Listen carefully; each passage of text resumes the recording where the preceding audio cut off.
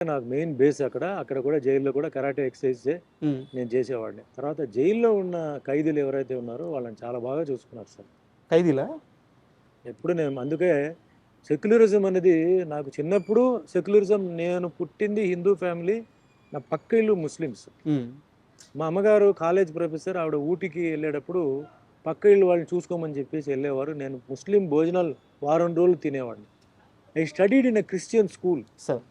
Church Pak అని చెప్పి convent అనమాట. సో క్రిస్టియన్, ముస్లిం 2 అక్కడ వచ్చేసింది. స్కూల్లో నాకు Parsi friends, Buddhist friends, Jain friends ఉండేవారు. సో పక్కా సెక్యులర్ దీంతోనే నేను పెరిగాను. స్కూల్లో కూడా మొత్తం అంటే ఆల్మోస్ట్ ఆల్ కాలేజ్ వచ్చే వరకు సెక్యులరిజమే.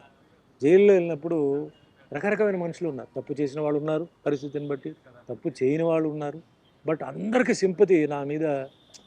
నాకు అలా జరగడంతో అందరూ సింపథెటిక్‌గా ఫీల్ అయ్యి, వాళ్ళ భోజనాలు కూడా నాకు సగం, సగం, సగం వాళ్ళు డైలీ షేర్ చేసేవారు. అబ్బా!